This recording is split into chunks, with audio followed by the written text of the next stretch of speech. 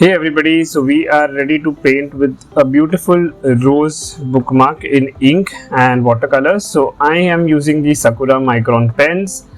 I am using the 0.5, and in this case, while I'm creating the flower, what is most important that we're looking at when we're looking at the bookmark is we kind of want to create the whole effect of the flower with all the petals coming out, some randomness, some jagged lines.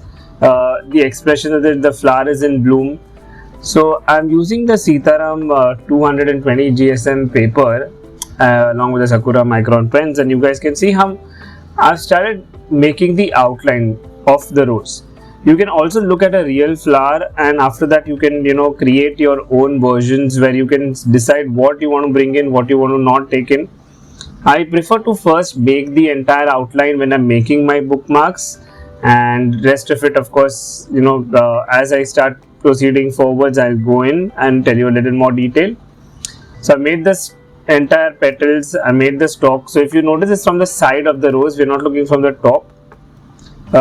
Additionally, I'm not making like very accurate leaves, but just to complete the composition, I'm kind of going there.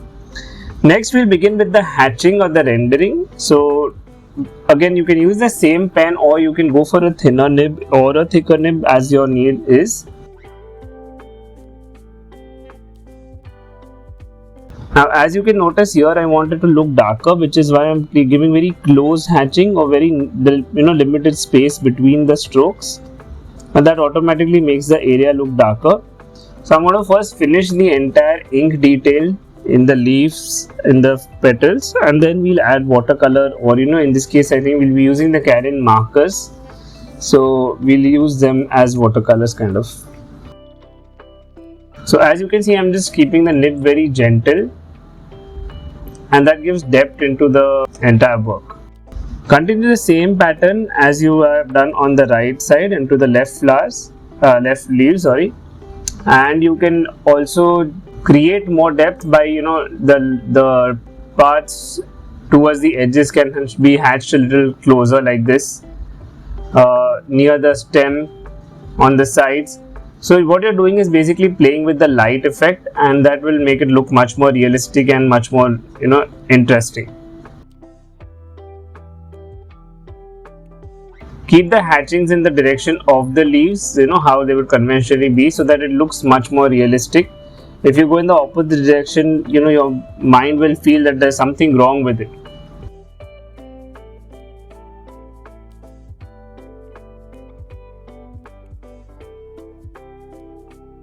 Continue with the stem now. So as you notice, even for the stem, I took vertical strokes, and if you notice a space that I've left in between, which automatically adds to the convexity of the entire stem. So when you're making your work, see to it that you keep that in your mind whenever you're creating your artwork. The last two leaves, and then we'll move to the creating the petals. Now if you notice in the petals also, I'll keep very thin light strokes. Okay, I will not go into extreme thickness because I want to give that roughness of the petals to be seen in the rose as well. Additionally, the edges and the center part, you kind of make the strokes that they appear that they are joining, and leaving enough white spaces in between. As you can see here, what I'm doing now, this little bit of roughness actually gives a very nice petal like feel, and that's what you want to create. So in between, if you notice, there's gaps between the the strokes, yet they seem to be semi-continuous.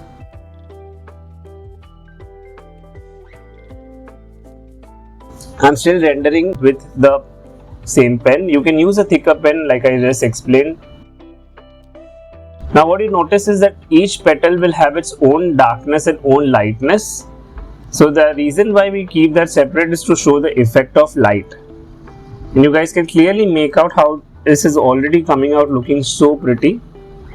I've done with the pen rendering. Now what I'm doing is I'm wetting this entire area so that when I add my markers, it will mix much better onto the paper. It is a watercolor paper, so you can also use watercolors in case that's what you're doing. You can use watercolor pencils, watercolor crayons. As you can see, I've added the Karin marker. I've used one of the pink shades, and then I'm just using water to spread that across. So it acts like a base wash layer, and then going in the areas around the petals on the sides, I've used the same shade. You can use any pink, any type of reds. In this case, I've used a peach shade. Okay, a little bit of peach and gold in order to get a little, pink and orange kind of an effect. Again, blending out with the Sitaram mop brush. So I am using the smaller number brush, the smaller 2 number brush.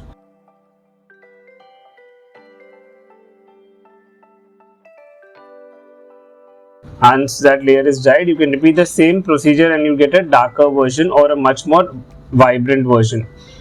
I took one of the greens in this case, followed that green in some areas.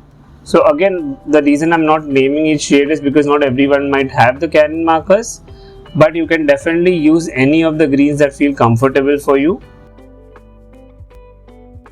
One of the effects of grass and leaf green are the colors that you should primarily look at. You can also use a little bit of sap green where required. And it's the same style that I am doing, applying the marker, taking the water and blending it out. Now if you notice, the ink is clearly showing through this, and that's my entire purpose. So I hope you too enjoyed creating this beautiful rose ink and watercolor bookmark where we use Karin markers as the watercolors. If you create this, do remember to tag us at the Thinking Palette on Instagram. Share this video with your friends. Like and subscribe to the YouTube channel.